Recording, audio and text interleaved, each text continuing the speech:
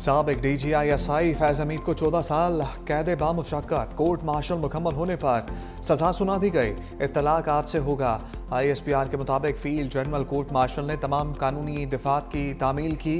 मुलजिम को अपनी पसंद की दिफाई टीम के हकूक समेत तमाम कानूनी हकूक फराम किए। मुलजिम को मुतल्लिका फॉरम पर अपील का हक हासिल है। बयान में कहा मुलजिम पर सियासी सरगर्मियों समेत 4 इल्जामात के तहत मुकदमा चलाया गया। ऑफिशियल सीक्रेट एक्ट के खिलाफ वर्जी, इख्तियारात और सरकारी वसाइल का गलत इस्तेमाल, लोगों को गलत तरीके से नुकसान पहुंचाने के मुकदमात शामिल थे। तवील कानूनी कार्रवाई के बाद मुलजिम को तमाम इल्जामात में कसूरवार पाया गया। अदालत ने 14 साल कैद की सजा सुनाई जो 11 दिसंबर 2025 को सुनाई गई। सियासी अनासर के साथ मिलकर सियासी इश्तियाल अंगेजी और अदम इस्तेहकाम को हवा देने और बाज़ दीगर मामलात में मुजरिम के मुलविस होने को अलग से निपटाया जा रहा है। मुलजिम के सियासी अनासर के साथ मिली भगत, सियासी अफरा तफरी और अदम इस्तेहकाम के मामलात अलग से देखे जा रहे हैं। फैज हमीद के खिलाफ केस में कब क्या हुआ? 12 अगस्त 2024 में फील्ड जनरल कोर्ट मार्शल की कार्रवाई का आगाज हुआ। कार्रवाई सुप्रीम कोर्ट की हदायत पर निजी हाउसिंग सोसाइटी के मामले पर शिकायत के बाद शुरू की गई। 29 नवंबर 2022 को फैज हमीद ने कबल अज़ वक्त रिटायरमेंट ले ली थी। सुप्रीम कोर्ट के अहकामात की रोशनी में फैज हमीद के खिलाफ तफसीली कोर्ट ऑफ इंक्वायरी हुई।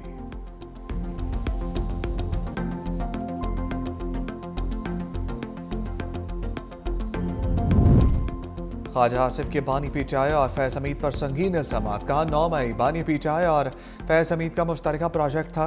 अब यह मंसूबा ज़मीन बोस हो चुका। बानी को फैज हमीद और बाजवा की आनत मैसर थी। कौम बरसों फैज हमीद और जनरल बाजवा के बोए हुए बीजों की फसल काटेगी। नवाज शरीफ को सुप्रीम कोर्ट से नाअहल करवाकर वजारत उज़्मा से हटाया गया। फैज हमीद को तसल्ली ना हुई तो नैब केस बनवाए गए। बेटी और भाई समेत पूरे खानदान को कैद करवाया। जनरल फैज साहब को 14 साल सज़ा आज मिला है। ये एक तारीख़ी फ़ैसला ज़रूर है। जहाँ तक मुझे अंदाज़ा है शायद मज़ीद तहकीकात और इन्वेस्टिगेशंस या ट्रायल्स होने हैं। जिस किस्म की गैर ज़िम्मेदाराना काम जनरल फैज साहब कर रहे थे, उम्मीद ये है इस फ़ैसले से कि आगे जाके एक ऐसा पैगाम होगा कि इस किस्म के गलतियाँ मज़ीद ना किया जाए। बिलावल भुट्टो ने फैज हमीद से मुतालिक फैसला तारीखी करार दे दिया। कहा साबिक DGISI को दी गई सजा पैगाम है कि आइंदा ऐसी गलतियां ना की जाएं। फैसला इस बात का सबूत है फैज हमीद गैर कानूनी काम कर रहे थे। मजीद तहकीकात और ट्रायल अभी बाकी है। बानी पीटीआई ताकत के नशे में धमकियां देते थे, वो आज मकाफात अमल से गुजर रहे हैं। इसी जिंदगी में जराइम का हिसाब देना पड़ रहा है। बानी तहरीक इंसाफ ने सियासत में गलत रवायात डाली। बानी ने नफरत और इंतशार की सियासत को परवान चढ़ाया। मजीद बोले आइन में गवर्नर राज से मुतालिक ऑप्शन मौजूद है, अभी पार्टी में इस पर बात नहीं हुई। वफाक ने हमसे 28वीं तरमीम पर अभी कोई बात नहीं की।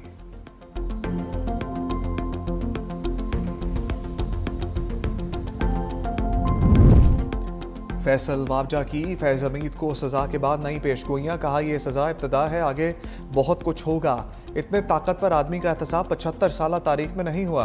पाकिस्तान को जो नुकसान पहुंचाएगा कुर्सी खींच ली जाएगी। पीटीआई के जो लोग समझ रहे हैं हम बच गए, उनका एहतसाब होगा।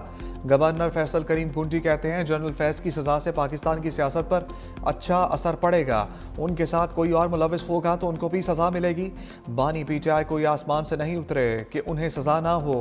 पंजाब हुकूमत को कहूंगा बानी पीटीआई को कहीं और शिफ्ट करें।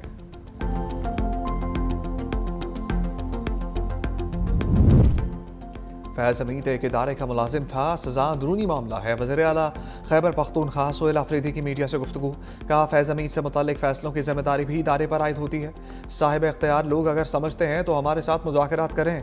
मुज़ाकरात का इख्तियार बानी ने महमूद अचकज़ई और राजा नासिर अब्बास को दिया है।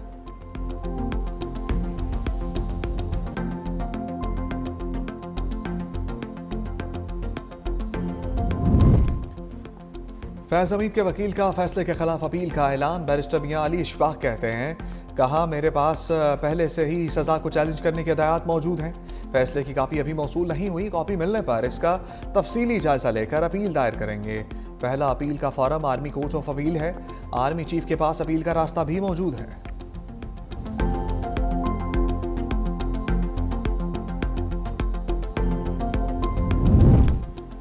फैज हमीद का कैरियर तनाज़ात से भरपूर। पहली मरतबा नाम 2017 में मंजर आम पर आया। कलअदम TLP का धरना खत्म कराने में किरदार अदा किया। 2019 में ISI के सरबराह के तौर पर तैनाती सामने आई। 2021 में काबुल के सरीना होटल में खबरों का मरकज बने। चाय पीते हुए उनकी तस्वीर ने आलमी मीडिया की तवज्जो हासिल की। पंजाब के चकवाल जिला से ताल्लुक रखने वाले फैज अमीद फौज में 76 लॉन्ग कोर्स से पास आउट हुए। बलोच रेजिमेंट का हिस्सा बने। अक्टूबर 2021 में उनकी बतौर कोर कमांडर पेशावर तैनाती हुई। 10 माह बाद कोर कमांडर बहावलपुर मुकर्रर किया गया। GHQ में एडजॉइंट जनरल के ओहदे पर फाइज रहे। नवंबर 2022 में आसिम मुनीर की आर्मी चीफ नामजदगी पर कबल अज वक्त रिटायरमेंट ले ली थी।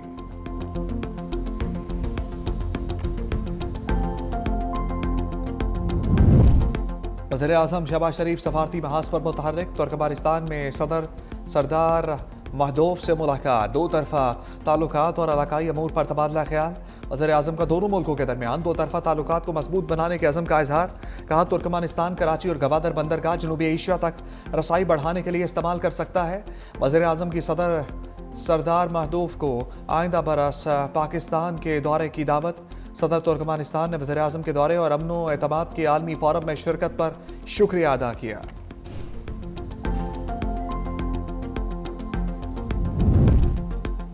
पीपल्स पार्टी के बड़ों की पंजाब पर नजरें। सदर मुमलिकत आसिफ अली जरदारी की लाहौर में मसरूफियात। सदर आसिफ अली जरदारी की समीना घुर्की के घर आमद। पीपल्स पार्टी रहनुमा को बेटे की शादी की मुबारकबाद दी।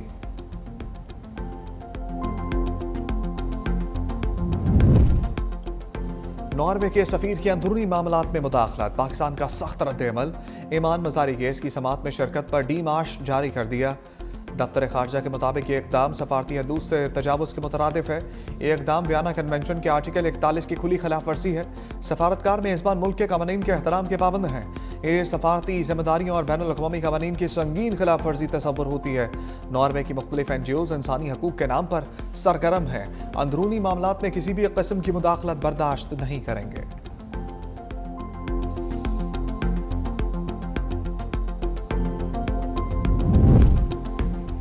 वज़ीर आला खैबर पख्तूनख्वा को एक बार फिर बानी PTI से मुलाकात की इजाज़त ना मिल सकी। सुहेल आफरीदी के हमरा मुतअद्दिद अरकान सूबाई असम्बली और पार्टी रहनुमा अडियाला पहुंचे। वज़ीर आला खैबर पख्तूनख्वा का पुलिस अफसरान से मुकालमा। कहा एक वज़ीर आला को रोकने के लिए आपने बैरियर्स लगा रखे हैं। ये अहकामात कौन दे रहा है? किसी और मुल्क का नहीं, पाकिस्तान के सूबे का वज़ीर आला हूँ। KP भी पाकिस्तान का हिस्सा है। हम यहाँ आइन और कानून के मुताबिक मुलाकात के लिए आते हैं। आप हमें रोक लेते हो। कहाँ तक हालात को लेकर जा रहे हो? इस रवैये से सूबे के अवाम मुतनफ़र होंगे, जो पाकिस्तान के लिए नुकसानदेह होगा। वज़ीर आला सुहेल आफरीदी अडियाला जेल से वापस रवाना हो गए।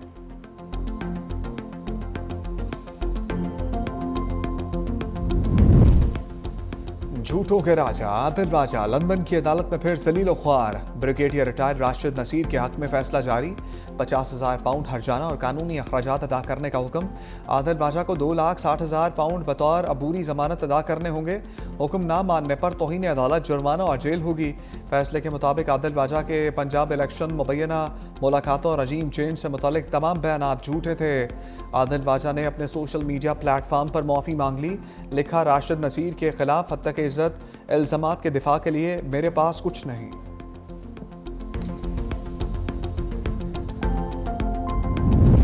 ओवर बिलिंग की मद में बिजली सार्फिन से 8 अरब से ज़ायद बटोरने का इंकशाफ। पार्लियामेंट की पब्लिक अकाउंट्स कमेटी में पावर डिवीजन से मुतालिक 2022-23 के ऑडिट एतराज़ात का जायजा। रिपोर्ट के मुताबिक 1000 से ज़ायद फीडर्स पर डिस्ट्रीब्यूटर्स कंपेन्स ने ओवर बिलिंग की। ऑडिट हुकाम ने 8 अरब 72 करोड़ रुपए की माली बेज़ाब्तियों की निशानदही भी की।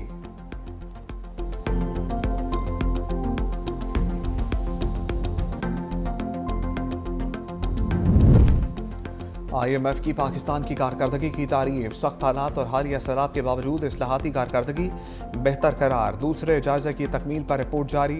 लिखा, टैक्स बेस की तोसी और टैक्स निज़ाम की सादगी अव्वलीन तरजीह होनी चाहिए। डाटा शुमारियात और गवर्नेंस में बेहतरी नागुज़ीर। पब्लिक अकाउंट्स, SOPs और SOAs और तवानाई सेक्टर में गहरी इस्लाहात ज़रूरी हैं।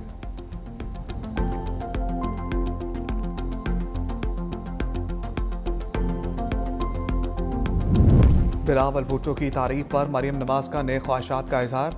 एक्स पर लिखा, पंजाब आपका घर है, हमेशा इज्जत और एहतराम मिलेगा। वज़ीर आला मरियम नवाज का पैगाम। बिलावल भुट्टो के खूबसूरत अल्फाज पर शुक्रिया अदा करती हूँ। पंजाब में बिलावल भुट्टो को दिल की गहराइयों से खुशामदीद कहते हैं। ये आपका घर है।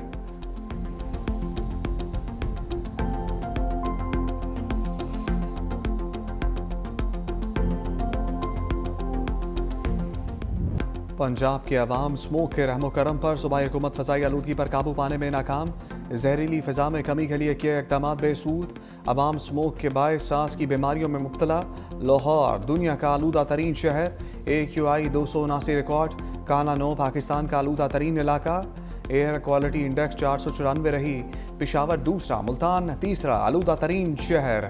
सियालकोट फैसलाबाद में भी स्मोक का राज।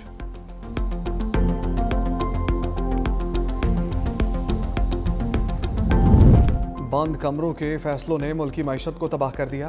Pattern in chief UGSM Tanvir की प्रेस कॉन्फ्रेंस। कहा, महंगी बिजली की वजह से पेपर मिल्स और 140 टेक्सटाइल इंडस्ट्री के यूनिट बंद हो चुके।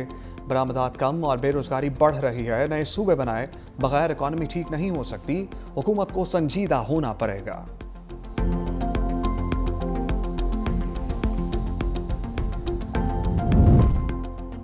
लाहौर हाईकोर्ट कहना की खातून के बाजियाबी केस में सख्त बरहम।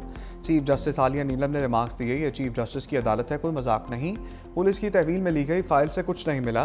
पुलिस की बुरी आदत है, फाइल से कुछ चीज़ों को निकाल लेती है। ऐसे गैर संजीदा एहलकारों को पुलिस महकमे में नहीं होना चाहिए। दरख्वास्त गुजार से कहा, फैमिली ट्री में फौजिया का नाम भी शामिल नहीं। कोई दस्तावेजी सबूत दें जिससे साबित हो सके फौजिया आपकी बेटी है। आपने बच्चों की तादाद कम क्यों बताई? फौजिया को जन्नत ले गए ये पता है, लेकिन इतना नहीं पता कि आपके शनाख्ती कार्ड नहीं बनाया। सरकारी वकील की तफ्तीशी अफसर को बरतरफ करके पीका के तहत कार्रवाई की सिफारिश। अदालत का दरखास्त निपटाकर पुलिस को 15 रोज में रिपोर्ट जमा कराने का हुक्म।